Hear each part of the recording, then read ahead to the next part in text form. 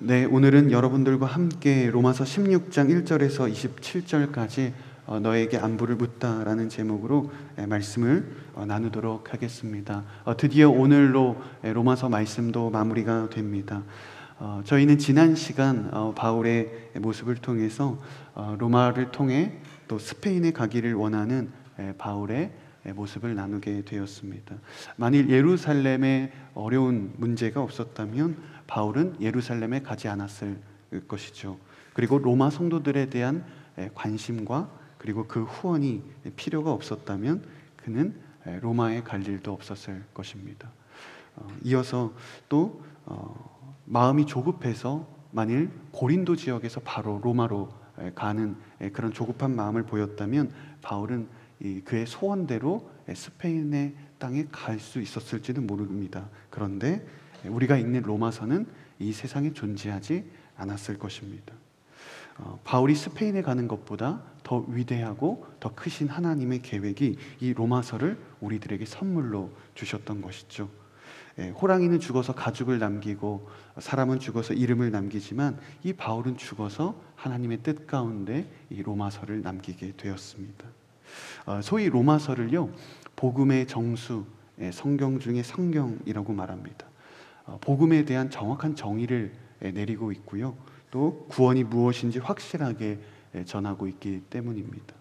이신칭의 오직 믿음으로 구원을 받는다라는 것이 성경 전체에서 로마서를 넘어서서 성경 모든 것에 있어서 중심되는 고백입니다. 하지만 우리가 로마서를 성경의 보석이다라고 말할 수 있는 것은 단지 복음을 논리적으로 교리적으로 잘 설명해서가 아닙니다. 복음에 합당한 삶의 모습까지도 포함하고 있기 때문에 우리는 로마서를 성경의 보석이다라고 말할 수 있는 것입니다. 오늘 저희가 읽었던 로마서 16장은요, 로마서 이 성도들을 향한, 로마 교회 성도들을 향한 바울의 안부 인사이고 문안하는 내용입니다. 어떤 하나의 부록이거나 어떤 그냥 인사말 정도가 아니라요, 복음을 통해 복음을 위해서 수고한 동역자들에게 주는 이 로마 성도들을 향한 이 바울의 마음과 애정이 담긴 메시지입니다. 이 로마서의 마지막이 이렇게 안부를 묻는 것으로 마무리가 된다라는 것은요, 우리에게 참으로 중요한 교훈을 주게 됩니다. 오늘은 오늘 말씀 전체적으로 크게 세 부분으로 나누어서 살펴보도록 하겠습니다. 첫 번째 주제는요, 사랑으로 안부를 물어라입니다. 사랑으로 안부를 물어라. 저희가 16장의 내용들을 이렇게 살펴봤는데 총 몇 명이나 등장을 할까요? 이 인물의 이름이 총 35명의 이름이 나오게 됩니다. 이 중에서 로마 성도들은 26명의 이름이 기록되어 있는데요, 바울은 자신이 로마 교회를 세우지 않았고요, 또 로마 성도들을 만난 적도 없어요. 분명한 건 바울이 로마 성도들을 만나지 못했고 그 교회를 방문한 적도 없었는데, 한 가지 확실한 건 로마 성도들에 대한 많은 관심과 애정이 바울에게 있었다는 겁니다. 그 바울의 이미지가 다소 엄격하고 되게 강인한 이 복음의 사역의 이 중심에 있는 사람이라고 생각하실 수 있는데, 이것을 보면 참 따뜻하고 한 영혼을 귀하게 여기는 그런 사람, 그런 목회자였던 것 같아요. 참 세심한 사람이었던 것 같습니다. 한 명 한 명의 이름을 부르고요, 또 그들과 관계된 코멘트를 다 붙이고 있습니다. 그 한 사람 한 사람 이름을 부르고 그들을 기억하는 일이 참 어떻게 보면 쉬운 일 같지만 사실은 가장 어려운 것 중에 하나가 이 한 사람 한 사람의 이름을 기억하고 그들을 이렇게 부른다는 거죠. 제가 이 신학교 학교를 다닐 때 저는 보통 수업 때 이렇게 맨 뒤에 앉거나 구석에 앉았거든요. 그래서 여러분들의 마음을 이렇게 잘 이해하고 있습니다. 네, 그 이제 수백 명의 이제 사람들이, 학생들이 이렇게 수업을 듣고 있을 때 저는 사람이 많으면 많을수록 이렇게 뒤에서 이렇게 들을 때가 참 많아 있었는데요, 사람이 한두 명 듣는 게 아니니까 저는 교수님이 당연히 저를 모르실 거라고 생각을 했어요. 그래서 그런 생활을 이어갔는데, 이제 학교를 걸어 다니면서 이제 저기 반대편에서 교수님이, 이제 담당 교수님이 걸어오시는 거죠. 그러는데 먼저 인사해 주시고 이름을 불러 주시고 이렇게 안부를 물어봐 주시더라고요. 저는 이렇게 누가 나를 알아봐 주는 거를 이렇게 바라는 사람도 아니고 큰 관심도 없는 사람인데, 그 수백 명에 있는 그 학생들이 있음에도 불구하고 막상 이름을 불러주고 이렇게 안부를 물어봐 주는 게 얼마나 감사하고 감동적이었는지 그런 기억들이 있습니다. 그래서 예수님께서 이 양들의 이름을 하나하나 부르며 인도하신다라는 그 의미가 새롭게 이해하게 된 경험이죠. 그냥 단순하게 그 이름을 그냥 부른다 정도가 아니라 그 한 명 한 명을 부르면서 그 애정과 그 관심을 더욱더 이렇게 나타나게 되시는 거죠. 그래서 저도 그 여러분들의 이름 한 명 한 명을 부를 수 있도록 최선을 다해 보도록 하겠습니다. 이 바울이 언급한 사람들을 통해서 당시 로마 교회의 구성원들과 또 초대교회 구성원들이 어떻게 되었는지를 알려주는 중요한 우리 이 본문이 되는데요. 크게 세 가지로 여러분들과 함께 보겠는데요. 인종과 이 신분과 성별에 따라서 한번 보겠습니다. 첫 번째는 인종인데요. 그 유대인들이 총 5명이 등장합니다. 그 브리스가와 아굴라 3절에 나오는 사람들이 유대인, 안드로니고와 유니아 그리고 헤로디온, 이렇게가 이 5명 유대인의 이름이 등장하고 있고요. 그럼 나머지는 자연스럽게 다 이방인들이었습니다. 이것을 봤을 때 로마 교회 안에는 이 이방인과 유대인의 구별이 없었다는 것을 보여주게 되죠. 그럼 신분적으로는 어땠을까? 노예가 9명이 등장합니다. 암블리아, 헤로디온, 드루베나와 드로보사, 버시, 그리고 네레오, 그리고 해방된 노예 출신이었던 걸로 추정되는 마리아, 유니아, 율리아, 이렇게 있습니다. 노예였거나 해방된 노예들의 이름도 등장합니다. 그럼 자유인이었던 사람은 한 17명 정도로 보여지게 돼요. 자유인과 노예에 대한 구별도 교회에 없었다. 그럼 성별을 한번 볼까요? 성별은 총 여성이 9명이 등장해요. 브리스가와 또 마리아, 드루베나와 드루보사, 버시, 율리아, 유니아, 또 루포의 어머니 네레오와 그의 자매, 여성들의 이름이 이렇게 등장하는데 또 여성과 남성에도 차별이 없었다는 것을 알게 됩니다. 심지어는요 10절에 보시면 이 아리스도블로라는 사람은 헤롯 대왕의 손자였고 이 당시에 글라우디오 황제와 가까운 친구 사이였다고 합니다.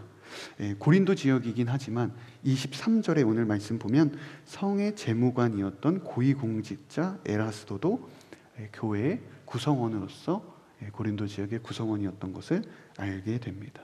우리가 이것을 봤을 때 로마 교회, 이 초대 교회에서는 인종과 계층과 직업과 성별이 다양했다라는 것을 우리들에게 좋은 정보를 전해주고 있습니다. 다양한 다채로운 사람들이 모여서 한 몸, 한 그리스도 안에서 한 교회를 구성했던 거죠. 이는 예수 그리스도의 꿈이자 예수 그리스도의 복음이 갖고 있는 필연적인 결과였는데요. 사도행전 초창기의 모습으로 한번 가볼까요? 사도행전 2장 42절과 46절인데요. 우리 함께 읽도록 하겠습니다. 시작. 그들은 사도들의 가르침을 받고 교제하며 빵을 떼는 것과 기도하는 일에 전념했습니다. 그리고 날마다 성전에서 한 마음으로 모이기를 힘쓰고 집집마다 빵을 떼면서 기쁨과 순수한 마음으로 음식을 나눠 먹었습니다. 초대교회에 모였을 때의 장면인데요. 여러분 자주 읽어보셨던 구절이었을 것 같아요. 그 빵을 떼는 행위를 하는데 초대교회 성도들은 모일 때마다 이렇게 빵을 떼는 이 성찬을 합니다. 그 빵을 떼는 것이 무엇이길래 빵을 떼는 일에 집중했던 것일까요? 예수님의 말씀에서 출발합니다. 예수님은 자신을 생명의 빵이라고 말씀하셨죠. 그래서 구원이라는 것은요, 예수님 자신의 그 몸, 그 자체인 생명의 빵을 먹는 것을 구원이라고 합니다. 만일 여러분들이 어린아이에게 어린아이가 먹고 있는 빵을 떼어달라고 한다면 아마 분명 자신의 빵을 더 많이 남기고 남은 작은 것을 떼어주고 또는 또 좋아하는 사람에게만 그 빵을 떼어줄 것입니다. 하지만 예수님이 자신의 몸, 그 빵을 성도들에게, 사람들에게 나눠준다면 차별이 있을까요? 차별이 없습니다. 모든 사람에게 동일하게 자신의 몸을 떼어주시는 겁니다. 차별이 없습니다. 똑같이 나눠주십니다. 이것이 오병이어의 사건을 통해서 우리는 알게 되는 일입니다. 예수님은 이 자신의 몸인 이 빵을 인종과 성별과 계급과 상관없이 동일하게 자신의 몸을 떼어주시는 분이죠. 그래서 이 빵을 떼는 행위는 두 가지의 중요한 영적인 의미를 가지고 있는데요. 첫 번째가 차별이 없다라는 뜻을 가지고 있습니다. 그리고 두 번째는요, 한 몸을 이룬다라는 중요한 의미를 갖고 있어요. 로마 사회는 수직적인 계층, 철저한 사회였죠. 로마 황제부터 귀족부터 또 평민부터 노예까지 이르는 수직적인 사회였습니다. 그런데 예수님의 빵은 누구에게나 똑같이 나누어 주시죠. 신분과 인종과 성별에 따라 구별이 없습니다. 그렇다면 자연스럽게 로마 사회의 수직적인 체계가 무너지고 수평적인 체제로 변화되는 것을 말하고 있습니다. 자연스러운 현상인 거죠. 교회 성도들이 수평적이고 차별이 없어지는 것은요. 또한 예수님의 빵을 동일하게 먹은 사람은 예수님의 몸을 이루는 동일한 지체가 됩니다. 똑같은 예수님의 능력을 받고 똑같은 빵을 먹었기 때문인 거죠. 주 안에서 하나가 됩니다. 이것이 바로요, 그 어떤 사회에서도 어떤 종교에서도 이루지 못하는 이 감당할 수 없는 기독교 복음이 갖는 폭발적인 힘이 여기에 있어요. 어떻게 귀족과 노예가 한 테이블에 와서 식사 교제를 하고 빵을 먹을 수 있을까? 남성과 여성이 어떻게 함께 예배를 드릴 수 있는가? 어떻게 귀족이 노예를 위해서 음식을 나눌 수 있는 것인가? 상상이나 할 수 있겠어요? 오늘날 교회를 보죠. 사회적으로 영향력 있는 성도님들이 얼마나 많이 있어요. 그런데 그분들이 주차 봉사를 하고 교회 청소를 하고 음식을 나누는 일을 하고 있습니다. 세상이 상상할 수 있는 일일까요? 수직적이고 권위적인 그런 우리 안에 잘못된 그런 공동체의 잘못된 모습을 깨는 방법은요, 다른 것이 아니라 복음에 참여해서 예수 그리스도의 빵을 먹은 사람임을 우리가 끊임없이 기억하는 데 있습니다. 그래서 우리가 매달 이렇게 성찬을 하게 되는 거잖아요. 초대교회는 모일 때마다 빵을 서로 나누었습니다. 그럼으로써 우리 모두는 차별이 없는 사람이고 우리 모두는 주님의 몸을 이루는 사람이다 라는 것을 통해서 이 한 몸, 한 그리스도 안에서 모여진 공동체임을 끊임없이 기억했다는 것입니다. 이것이 그 어떠한 이 로마 제국을 전복하려는 어떤 공격과 어떤 파괴적인 힘보다 훨씬 더 강력한 힘이 이 초대교회 빵을 떼는 것에서 시작했다라는 것이 중요합니다. 로마서 16장에 등장하는 이 로마 성도 26명은 인종도 계층도 직업도 모두 성별도 달랐습니다. 그들 모두는 주님의 빵을 떼어 먹은 한 몸, 한 지체, 한 공동체였기 때문인 거죠. 예수님의 빵을 먹은 사람이라는 정체성보다 인종, 성별, 계층의 정체성을 더 중요시하는 공동체는 반드시 분열되게 되어 있습니다. 그래서 저는 제2포유 공동체 모든 여러분들이 이런 차별이 없기를 바랍니다. 오랜 신앙생활을 하는 사람도 그리고 처음 공동체에 온 사람도 성별도 직업도 차별이 없습니다. 왜냐하면 우리 모두는 주님의 몸을 먹은 생명의 빵을 나눠 가진 동일한 그리스도의 사람들이기 때문인 것입니다. 그래서 저는 제2포유 공동체 모든 한 사람 한 사람들이 여러분 한 사람이 주님의 몸을 먹고 그리고 주님의 몸에 참여한 사람들이라는 것을 꼭 기억하시기를 주님의 이름으로 축복합니다.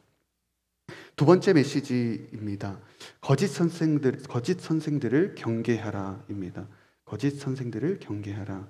우리 17절에서 19절 말씀 한번 읽어볼까요? 시작. 형제들이여, 내가 여러분에게 권합니다.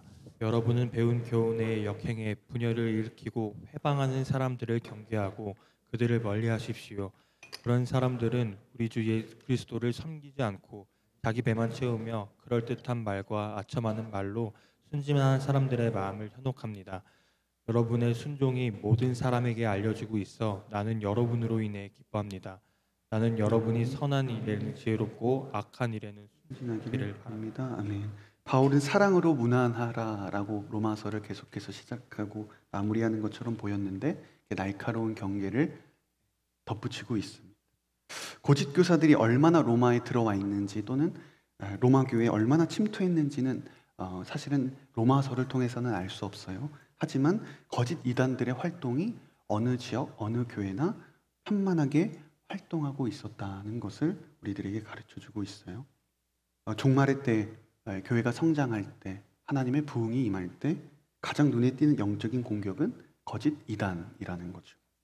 이 복음에 반하는, 예수 그리스도를 부정하는 이 이단들의 출몰이 왕성해진다는 거죠. 거짓의 메시지는 더욱더 활발하게 일어나게 되는 겁니다. 요즘 나는 신이다라는 다큐멘터리가 굉장히 연일 화제가 되고 있어요. JMS, 만민중앙교회 같은 이 이단들을, 그런 행태들을 조명하고 있잖아요.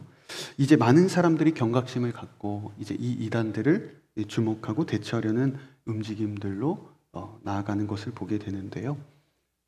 그렇다면 이단들은 갈수록 줄어들까요? 점점 사라질까요? 우리가 이런 움직임을 통해서 이단들이 박멸이 될까요? 아마 겉모습만 바꿔서 또 다양한 모습으로 계속 늘어날 것입니다. 예수님은 종말의 때에 거짓 예언자들이 많이 나타난다라고 말씀하셨습니다. 많이 나타나서 현혹할 것이다 라고 말하고 있습니다. 아마 계속해서 거짓 이단들은 다양한 모습으로 등장할 것입니다. 우리가 영적으로 깨어있지 않으면 우리도 여전히 연약한, 현혹될 수 있는 존재가 될 수 있다는 거죠. 어느 누구도 거짓 교사에서 이단들로부터 자유로울 수 있다라고 말할 수는 없습니다. 왜냐하면 그럴듯하고 합리적이고 타당한 것처럼 보이기 때문입니다. 진짜 차라리 나는 신이다라고 스스로가 이야기하는 사람이라면 조금 더 나을 것 같아요. 그런데 오늘 18절에서 보면요, 이 아첨하는 말이라고 하는데요, 이것의 본래 뜻은 축복이라는 단어예요. 복이라는 단어거든요. 그러니까 축복하는 말, 아름다운 말, 그 복을 빌어주는 말로 현혹한다는 이야기예요. 앞으로는 더 고상하고 더 그럴듯한, 더 축복을 더 주려고 하는 그런 이단들이 늘어날 것이죠. 나의 삶을 아름답게 하고 나의 삶을 이렇게 축복하는 언어들로 포장된 거짓 메시지들이 끊임없이 더욱더 등장할 것입니다.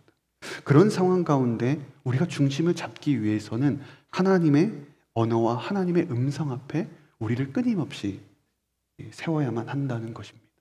하나님 말씀 앞에 서고 기도하는 것 외에 다른 방법이 없습니다. 그래서 17절에서는요, 거짓 교사들의 맞서 싸워라, 맞서 공격해라 말하지 않고 그들을 경계하고 멀리하라 라고 이야기를 합니다. 왜냐하면 우리가 해야 되는 역할은요, 유창한 말로 지식으로 그들과 싸우는 것이 아니라 영적인 능력으로 분별하는 것이 우선되기 때문입니다. 그들과 맞서서 그들을 돌이키도록 하는 것은 이 전문적인 훈련을 받은 사람들의 역할인 거죠. 19절의 말씀을 보면요, 이 선한 일에는 지혜롭고 악한 일에는 순진하라고 말하고 있습니다. 선한 일에는 지혜롭고 악한 일에는 순진하라고 말하는데, 선한 일에 순진하고 악한 일에 지혜롭게 행하라 이렇게 말하는 것이 아니잖아요. 선한 일은 지혜롭게 해서 더 풍성해지고 빛을 내라고 말씀을 하고 있고요, 악한 일은 지혜로 대적하는 것이 아니라 오히려 순진함으로 맞서는 것이다 말씀하십니다. 정결하고 거룩한 영혼을 내가 소유하고 있어야 악한 일을 분별하고 악한 것에 대적할 수 있는 능력이 된다는 겁니다. 그럼 이런 걱정이 들 수도 있겠습니다. 거짓 교사들이 늘어나고 악한 이 악의 실체들이 갈수록 넘치는 세상의 끝은 어떻게 될 것인가? 그 결말은 어떠할 것인가? 우리 20절 말씀 한번 읽어보도록 할게요. 시작. 평강의 하나님께서 속히 사탄을 여러분의 발 아래서 짓밟히게 하실 겁니다. 우리 주 예수의 은혜가 여러분과 함께 하기를 빕니다. 최종적으로 악은 무너지게 될 것입니다. 창세기 3장 15절에 보면 이 원시복음이라고 해서 여인의 후손으로 오는 메시아가 사탄의 머리를 상하게 할 것이다 라고 예언을 하고 있는데요, 그 예언이 예수 그리스도로 인해서 온전하게 성취된 것을 말하고 있어요. 사도 바울은 계속해서 사랑으로 안부를 전하는 이야기를 하고 있었잖아요. 그런데 갑자기 멈춰서 왜 거짓 교사, 악의 문제를 다루고 있는 것일까요? 아마도 아름답게 이 편지를 마무리하는 것보다 훨씬 더 중요한 것이 악의 세력을 경계하는 일이었기 때문일 것입니다. 사탄의 존재를 명확하게 하여 그를 대적하는 것이 필요했기 때문인 거죠. 로마 교회는 점점 성장하고 부흥하고 영향력을 행사하는 교회로 성장하고 있었어요. 바울의 안부를 전하는 사람들의 이름만 봐도 보통 이름들이 아닙니다. 복음을 전하고 복음을 위해서 목숨을 걸고 헌신하며 하나님의 일을 위해서 어떤 박해도 굴하지 않은 신앙인들의 명단이었어요. 견고하게 세워져 가는 로마 교회였습니다. 교회가 굳건하게 세워지고 점점 부흥하고 하나님의 축복이 늘어나면 늘어날수록 그에 맞는 사탄의 공격과 영적인 공격은 마찬가지로 강해지게 되어 있습니다. 더 심하게 공동체를 흔들려고 하죠. 사람들을 분열시키고 또 우울에 빠지게 하고 거짓된 메시지를 끊임없이 주입하게 합니다. 우리는 바울이 사탄을 이곳에서 언급했다는 사실에 주목할 필요가 있습니다. 우리에게 문제가 닥치고 우리에게 어떤 힘든 일이 있고 어려운 일이 발생했을 때 우리는 사탄의 존재를 가볍게 생각할 수 있습니다. 단순하게 내 감정의 문제, 내 믿음의 문제 또는 행정의 문제, 상황과 시스템의 문제로만 간주할 수 있습니다. 내가 노력하면 되는 문제이고 이 시스템과 환경을 바꾸면 해결된다 라고 생각하실 수 있지만 더 나아가서 우리는 이 사탄의 공격, 이 사단 마귀의 영적인 공격에도 우리는 집중하고 있어야 합니다. 잘못된 이단들과 그릇된 은사주의자들로 인해서 우리가 다소 거리감을 느낄 수는 있지만 하지만 건강한 신앙인이라면 이런 사탄의 존재를 분명하게 인지하고 사단 마귀의 이 권세를 우리가 경계해야 할 필요가 있는 거죠. C.S. 루이스가 스크루테이프의 편지 서문에서 이렇게 이야기를 합니다. 잘 들어보세요. 악마에 대해 생각할 때 우리 인류가 빠지기 쉬운 두 가지 오류가 있습니다. 하나는 악마의 존재를 믿지 않는 것입니다. 또 다른 하나는 악마를 믿되 불건전한 관심을 지나치게 많이 쏟는 것입니다. 라고 이야기를 합니다. 이 악마의 존재에 너무 많이 집중하는 것도 문제이고 반대로 악마의 존재에 대해 일체 관심을 두지 않는 것도 문제이다. 교회와 내 삶에서 사탄의 존재에 빠져서 우리가 이 사탄의 존재를 하나님보다 더 두려워한다면 그것은 잘못된 문제입니다. 그러나 예수 그리스도를 의지할 때 사탄이 우리 발 앞에 짓밟히게 된다는 것을 우리는 매번 선포할 수 있어야 하는 것이죠. 지금 저를 따라서 한번 이렇게 이야기해 보시겠어요? 예수 그리스도를 의지할 때 사탄은 나의 발 아래 짓밟힐 것입니다. 우리 한 번 더 할까요? 예수 그리스도를 의지할 때 사탄은 나의 발 아래 짓밟힐 것입니다. 이 매번의 선포가 여러분 가운데 있어야만 한다는 것입니다. 예수 그리스도가 짓밟힐 것이다 이렇게 말한 것이 아니라요. 예수 그리스도뿐만 아니라 여러분들의 발 아래 사탄들은 짓밟힐 것이다. 그의 능력과 예수 그리스도의 성령의 은혜가 여러분들에게 있기 때문인 거죠. 저는 매번 이 선포가 여러분들의 입술 가운데 분명하게 고백되어지기를 주님의 이름으로 축복합니다. 우리 세 번째 주제를 나눠보도록 하겠습니다. 복음의 비밀을 깨달으라입니다. 시작. 25절과 27절 말씀 한번 읽어볼게요. 시작. 하나님께서는 내가 전하는 복음과 예수 그리스도에 대한 선포를 따라 그리고 비밀의 계시를 따라 능히 여러분을 견고하게 하실 수 있습니다. 이 비밀은 영원 전부터 감춰오다가 이제는 나타나게 됐으며 영원하신 하나님의 명령에 따라 예언자들의 글로 인해 믿고 순종하게 하시려고 모든 민족에게 알려지게 됐습니다. 오직 한 분이신 지혜로우신 하나님께 예수 그리스도로 인한 영광이 영원 무궁하기를 빕니다. 아멘. 마지막 결론으로 복음에 대한 장엄한 선언을 하고 있습니다. 끝을 맺습니다. 로마서의 시작도 복음에 대한 선언으로 시작했음을 우리는 알고 있죠. 로마서의 끝도 복음에 대한 선언으로 마무리합니다. 결국 신앙의 시작도 복음이고 신앙의 마무리도 끝도 복음임을 말하는 겁니다. 복음 외에 답이 없다. 예수 그리스도의 복음만이 교회를 견고하게 할 것이고 개인의 신앙을 흔들림 없이 온전히 세울 수 있습니다. 예수 그리스도에 대한 메시지를 붙잡지 않고 예수 그리스도의 복음을 나의 소원과 나의 야망으로 희석시킨다면 우리는 언제든지 세상의 풍파 앞에 흔들림을 당할 수밖에 없습니다. 이단들의 공격에, 거짓 메시지들의 공격에 우리는 넘어질 수밖에 없습니다. 신앙이 흔들리는데 삶의 다른 영역 굳건할 수 있을까요? 결코 그렇지 않죠. 인간은 영적인 존재로 하나님은 만드셨습니다. 그렇게 우리는 이 신앙과 영적인 삶이 무너지면 우리의 모든 삶은 무너질 수밖에 없는 존재가 됩니다.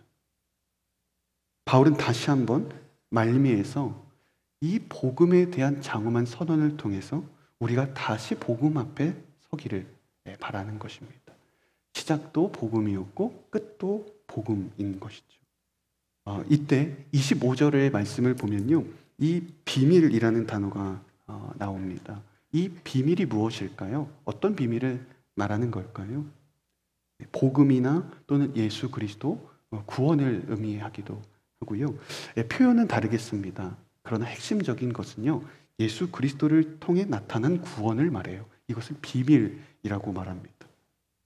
그래서 에베소서의 말씀, 또 골로새서의 말씀에서 계속 사도 바울은 이 이야기를 하는데요. 우리 에베소서 1장 9절, 우리가 3장 6절, 3장 9절 말씀 한번 읽어볼게요. 시작. 그리스도 예수 안에서 미리 세우신 하나님이 기뻐하시는 뜻을 따라 하나님의 뜻의 비밀을 우리에게 알리셨습니다. 그 비밀은 이방 사람들도 복음을 통해 그리스도 예수 안에서 함께 상속자들이 되고 함께 지체들이 되고 함께 약속의 참여자들이 되는 것입니다. 만물을 창조하신 하나님 안에서 영원 전부터 감춰온 비밀의 경륜이 경륜이 어떠한지 모든 그 사람에게 드러내시기 위함입니다. 이 비밀을 계속해서 이야기를 합니다. 그리스도 예수 안에서 비밀이 드러났다. 만세 전부터 감추어졌던 비밀이 그리스도를 통해서 드러났다. 이 비밀은 갑작스럽게 환경 때문에 갑작스럽게 만들어진 발생했던 비밀이 아니라 태초부터 하나님께서 천지를 창조하시기 전부터 하나님의 마음 가운데 비밀, 그 계획이 있으셨는데 그 품고 계신 그 비밀이라는 겁니다. 그것이 무엇이냐면 여러분들을 향한, 죄 많은 여러분들을 향한, 인간을 향한 예수 그리스도를 통한 계획이었다는 겁니다. 그것을 하나님은 태초부터, 만세 전부터 품고 계셨다라고 말합니다. 그래서 하나님은 끊임없이 이 비밀을 조금씩 인간들에게 알려주시기 시작하는데, 하나님은 이 이스라엘의 출애굽 사건을 통해서 하나님의 비밀을 조금 알려주셨고, 수많은 예언자들의 선지서들을 통해서 메시아의 예언을 알려주셨습니다. 비밀을 조금씩 드러내셨고요. 결정적으로 사람들은 이 비밀이 무엇인지 전혀 깨달지 못했습니다. 실제로 눈앞에 그 비밀이 예수 그리스도가 왔음에도 불구하고 그들은 그 비밀이 비밀인지 몰랐습니다. 그래서 예수 그리스도는 십자가에 죽으셔서 부활하셨죠. 그래서 예수 그리스도의 비밀이 무엇인지 진짜 우리들에게 알려주시게 된 것입니다. 그 비밀을 알게 되는 것은 십자가에서 죽으시고 부활하신 예수 그리스도를 우리가 믿음으로 받아들일 때 그 비밀이 우리들에게 명확하게 알려지게 된다는 것을 말합니다. 이것을 26절은 한 문장으로 요약하고 있는 거죠. 우리말 번역으로는 약간 좀 더 분명하지 않을 수 있어서 원문에 가깝게 이것을 좀 더 풀면 이렇게 이야기해요. 이제는 영원하신 하나님의 명령에 따라 예언자들의 글로 인해 비밀이 나타나게 됐으며 믿고 순종하게 하시려고 모든 민족에게 알려지게 됐습니다. 우리말 성경에서는 그 예언자들의 글로 인해가 뒤에 있잖아요. 근데 원문은 앞에 있어요. 그 말은 예언자들의 글, 즉 선지서, 이것이 곧 예수 그리스도를 나타내잖아요. 메시아. 그러니까 메시아를 통해서, 예수 그리스도를 통해서 만세 전부터 숨겨졌던 비밀이 드러나게 되었다라는 말입니다. 결국 예수 그리스도는 하나님의 비밀 그 자체이자 그 비밀을 성취하시고 그 비밀을 우리들에게 알려주시는 분이다 라는 이야기를 합니다. 그럼 모든 사람들, 이 세상의 모든 사람들이 예수 그리스도를 통해 드러난 비밀을 깨닫게 되었던 것일까? 그랬다면 온 세상 사람들이 복음을 받아들이고 예수 그리스도를 믿게 되었겠죠. 성경에서 말하는 비밀은요, 우리가 일반적으로 세상에서 말하는 시크릿이 아니라 미스테리입니다. 헬라어로도 미스테리온이라고 하는데요. 시크릿과 미스테리, 어떤 차이가 있을까요? 똑같이 비밀이라고도 말할 수 있는데요. 이 가령 이 시크릿은요, 제가 어떤 물건을 이렇게 천으로 감싼다고 한번 생각해 보세요. 그럼 여러분 보이지 않으시겠죠?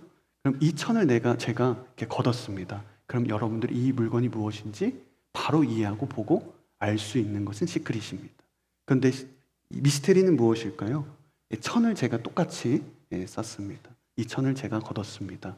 그럼에도 불구하고 이게 뭔지 모르는 겁니다. 이게 시크릿이고 이게 성경에서 말하는 계시입니다. 이것이 세상의 비밀과 성경에서 말하는 미스테리오, 비밀, 계시의 차이인 거죠. 이를 해석할 수 있는 영적인 눈이 있어야 이게 이해되고 믿어지고 받아들여지게 된다는 거예요. 아무리 여러분들에게 제가 보여줘도 예수님이 여러분들의 눈을 열어주시지 않는다면 무엇인지 이해할 수가 없는 거죠. 그것을 이야기하고 있습니다. 그래서 지금 여기서 말하는 비밀은 시크릿을 말하는 것이 아니라 미스테리를 말합니다. 그냥 비밀이라고 하지 않고 그래서 비밀의 계시이다 라고 덧붙입니다. 예수 그리스도께서 이 땅에 오셔도 영의 눈이 열리지 않는 백성들은 믿지 않았습니다. 예수 그리스도가 누군지 알지 못했습니다. 예수 그리스도께서 여러분들의 마음의 눈을 밝혀주지 않으면 여러분들은 하나님의 뜻이 무엇인지, 복음을 들어도 무엇인지 깨닫지 못하게 됩니다. 그래서 에베소서 1장 17절에서는 이렇게 이야기합니다. 우리 주 예수 그리스도의 하나님 영광의 아버지께서 여러분에게 지혜와 계시의 영을 주셔서 하나님을 알게 하시기를 기도합니다. 18절입니다. 그가 여러분의 마음의 눈을 밝게 하셔서 하나님의 부르심의 소망이 무엇이고 성도 가운데 있는 하나님의 유업의 영광의 풍성함이 무엇이며 하나님의 힘의 능력의 역사하심을 따라 믿는 우리를 위해 베푸신 하나님의 지극히 크신 권능이 어떠한지 여러분으로 하여금 알게 하시기를 기도합니다. 우리 마음의 눈이 밝아져야 우리는 예수 그리스도를 알게 되고 믿게 되고 부르심의 소망을 깨닫게 되고 나를 향한 하나님의 창조 계획을 알게 되고 하나님의 영광이 얼마나 풍성한지 예수 그리스도께서 우리들에게 얼마나 이 놀라운 존재인지를 알게 된다는 겁니다. 오늘 저희가 이 자리에서 예배를 드리는 것만으로 사실 주님이 여러분들의 마음을 눈을 열어주셨기 때문에 이 자리에서 예배를 드리시는 거겠죠. 그렇게 여러분이 복음을 받아들이신 거고 예수 그리스도를 주인으로 영접하게 된 거죠. 하지만 오늘 이 자리 가운데 이 비밀의 계시를 여러분들이 온전하게 깨닫지 못하는 사람들이 있다면 저는 하나님께서 여러분들의 마음의 눈을 열어주시기를 축복합니다. 여러분들의 그 마음의 눈을 더 밝혀서 보여주시기를 바랍니다. 믿음이 있는 여러분 가운데도 여전히 여러분들의 마음의 눈이 어두워진 사람이 있다면 그리고 마음의 눈이 더 밝아져야 되는 여러분 모두를 위해서 축복합니다. 하나님께서 여러분들의 마음의 눈을 더 분명하게 밝혀주시기를 기도드립니다. 그래서 예수 그리스도의 이 비밀이 얼마나 깊이 깨달아지는지를 경험하시기를 바랍니다. 그 복음은 단지 교리적이고 설명적이고 논리적인 것이 아니라 예수 그리스도께서 하나님께서 창세전에 준비하시고 꼭꼭 싸매셨던 그 비밀을 예수 그리스도를 통해서 여러분들에게 전달하셨습니다. 그러니 얼마나 이것이 영광스럽고 축복스럽고 기쁜 일인 거예요. 그래서 사도 바울은 자기의 삶 가운데 기도 제목에 개인적인 이 유익이 이루어지는 것으로 그것이 기쁜 것은 아무것도 아니었습니다.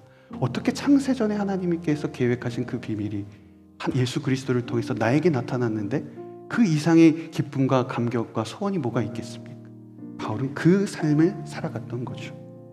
저는 오늘 이 시간 가운데 여러분들의 마음의 눈을 열어 복음의 비밀을 더 깊이 깨닫고 하나님의 여러분들을 부르신 창조의 목적을 분명하게 되어지기를 바랍니다. 우리 이 시간 함께 기도하기를 원하는데요. 우리 가슴에 손을 얹고 함께 두 손을 모아서 함께 기도했으면 좋겠어요. 우리가 성령 하나님을 초청하기를 원합니다. 하나님, 이 시간 가운데 나의 마음의 눈을 밝혀 주옵소서. 하나님의 크고 놀라운 비밀을 깨닫게 하여 주옵소서. 그 지혜의 계시의 영을 부어 주시옵소서. 예수 그리스도의 복음을 우리가 분명하게 알기를 원합니다. 그 비밀을 깨닫게 하여 주옵소서. 하나님, 내 힘으로 내 능력으로 할 수 없습니다. 주님, 마음의 눈을 밝혀 주옵소서. 이 시간 가운데 주의 비밀을 알지 못하고 복음의 능력을 알지 못하고 예수 그리스도를 주인으로 모시지 않는 사람이 있다면 주님, 이 시간 가운데 눈을 밝혀 주시옵소서. 우리 시간 함께 기도하며 나아가겠습니다. 하나님 아버지, 이 시간 우리의 마음과 우리의 사랑과 우리의 모든 것을 올려드리며 나아가기를 원합니다. 예수 그리스도의 마음의 눈을 밝게 하여 주시옵소서. 지혜의 계시형을 주옵소서. 하나님, 이 한 사람 한 사람의 영혼 가운데 마음의 눈을 밝게 하여 주옵소서. 하나님, 우리의 힘으로 우리의 능력으로 할 수 없습니다. 성령 하나님을 이 시간 가운데 우리가 초청하며 나아가기를 원하오니 하나님 아버지, 우리의 마음의 눈이 더 분명하게 되어지기를 원합니다. 주여, 그 비밀을 깨닫게 하여 주옵소서. 얼마나 영광스럽고 얼마나 감격스러운 그 비밀의 마음을 우리가 깨닫기를 원합니다.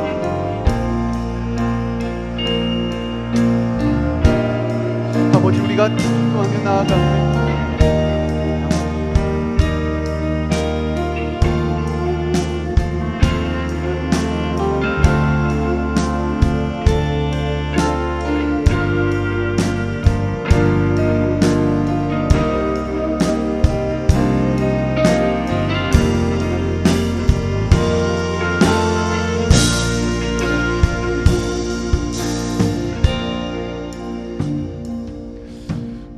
여러분 가운데 아직 예수 그리스도를 주인으로 고백하지 못하고 여전히 예수 그리스도의 복음을 알지 못하고 하나님을 알지 못하는 사람들 가운데 예수 그리스도의 마음의 눈을 하나님께서 밝혀 보여주시기를 기도합니다. 하나님, 이 시간 가운데 더 풍성하게 더 깊이 역사하여 주옵소서. 지혜 계시형을 더욱더 부어 주옵소서. 마음의 눈을 열어 주옵소서. 그래서 하나님의 부르심의 소망이 무엇이고 하나님의 유업의 영광의 풍성함이 무엇인지 깨닫게 하여 주옵소서. 이미 예수 그리스도를 믿고 있어도 우리는 더욱더 하나님의 마음의 눈을 우리에게 부어주시기를 원합니다. 우리가 열려야 합니다. 우리가 한 번 더 통성으로 주여 한번 외치고 기도하며 나아갑니다. 주여, 아버지 하나님, 아버지 하나님, 주님의 나라와 뜻이 우리의 마음의 눈과 나의 삶 속에 도와여 주시옵소서. 임하시며 우리의 마음 가운데 성령으로 충만케 하여 주옵소서. 마음의 눈을 밝혀 주옵소서. 성령 하나님이여, 우리가 그 부르심의 소망이 무엇인지를 알게 하여 주시옵소서. 하나님, 극히 살아가 힘과 두려움 없는 믿음 주신 나의 하나님, 완전한 사랑. 우리 이 시간에는 모두 자리에서 일어나셔서 우리 찬양하며 고백하며 나아갔으면 좋겠습니다. 우리 나의 하나님 함께 고백하겠습니다. 나의 사랑, 너는 어여쁘고 장귀하다. 어느 보석보다 귀하다. 내가 사랑스럽지 않을 때 너를 온전히 사랑하고 너와 함께하려 내가 왔노라. 주의 사랑, 주의 사랑, 이 사랑은 결코 변치 않아. 모든 계절 돌보시네. 푸른 마르고 꽃은 시드나 주의 말씀은 신실해. 실수가 없으신 주만 바라라.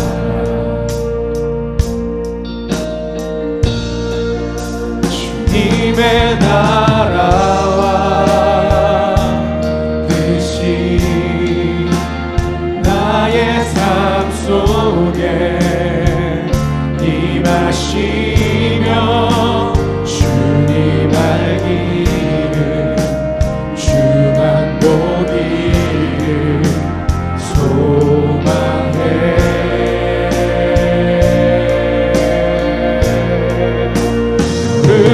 살아갈 힘과 두려움 없는 믿음 주신 나의 하나님 완전한 사랑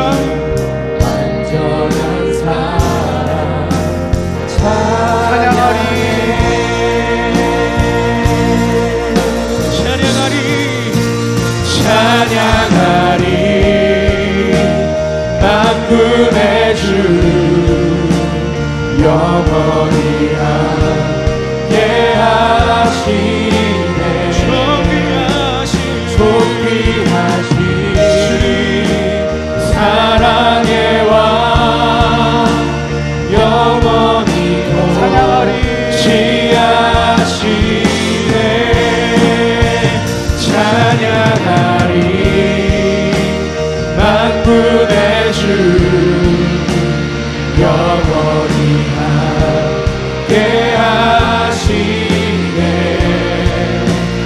존귀하신 사랑의 왕 영원히 통치하시네. 우리 이 시간 계속해서 기도하며 나아가기를 원합니다. 평강의 하나님께서 속히 사탄을 여러분들의 발 아래 짓밟히게 하실 것입니다. 사탄의 세력들은 더 이상 여러분들을 공격할 수 없습니다. 우리 공동체를 공격할 수 없습니다. 영적인 세력들은 이 땅 가운데 무너질지어다. 예수 그리스도의 이름으로 아버지 쫓아내게 하여 주옵소서. 우리의 사탄을 대적하며 우리가 예수 그리스도의 믿음 가운데 복음 가운데 굳건하게 세워지는 하나님의 사람들이 되게 하여 주옵소서. 우리 시간 주여 한번 외치고 통성으로 기도합니다. 주여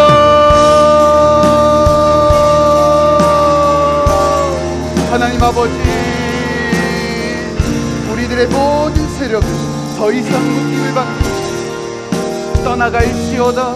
우리들의 모든 어려움과 우리들의 마음 가운데 어려운 모든 세력들은 이 시간 모든 묶임을 받고 떠나갈지어다. 예수 그리스도의 모든 은혜와 그 하나님의 능력으로 우리가 나아가기를 원합니다. 하나님 이 세상 가운데 주의 계획 영원하시네 주의 위엄 앞에 사탄은 묶임받고 떠나갈지어다. 우리들의 모든 악한 관계와 악한 모든 생각들과 악의 문제와 아버지 우리의 우울과 공격 가운데 예수 그리스도의 이름으로 떠나갈지어다. 아버지 이 시간 우리가 다시 한번 우리가 믿음으로 나아가기를 원합니다. 하나님 다시 한번 우리가 이 시간 주 앞에 고백합니다. 하나님 우리가 주의 은혜 가운데 고백하며 나아가기를 원합니다. 하나님 아버지 살게 하여 주시옵소서. 우리가 예배드리니 주는 나의 도움이시며 주의 계획 영원하시네 주의 위엄 앞에 믿음으로 순종해 예배드리니 주님께서 나를 공격하는 사탄의 모든 공격에서 승리하게 되었습니다. 사탄이여 모든 승리 가운데 우리 예수 그리스도에게 있음을 고백합니다. 주의 사랑 앞에 예수 그리스도의 믿음으로 순종해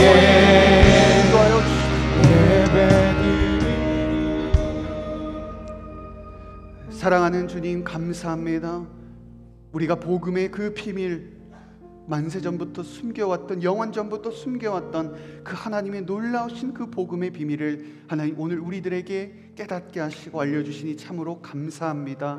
하나님 우리에게 그 복음의 능력을 아버지 우리가 믿음으로 고백하고 우리 안에 계신 예수 그리스도의 그 능력을 힘입어 살아갈 수 있는 사람들이 되게 하여 주옵소서. 우리가 다시 한번 복음 앞에 돌아가기를 원합니다.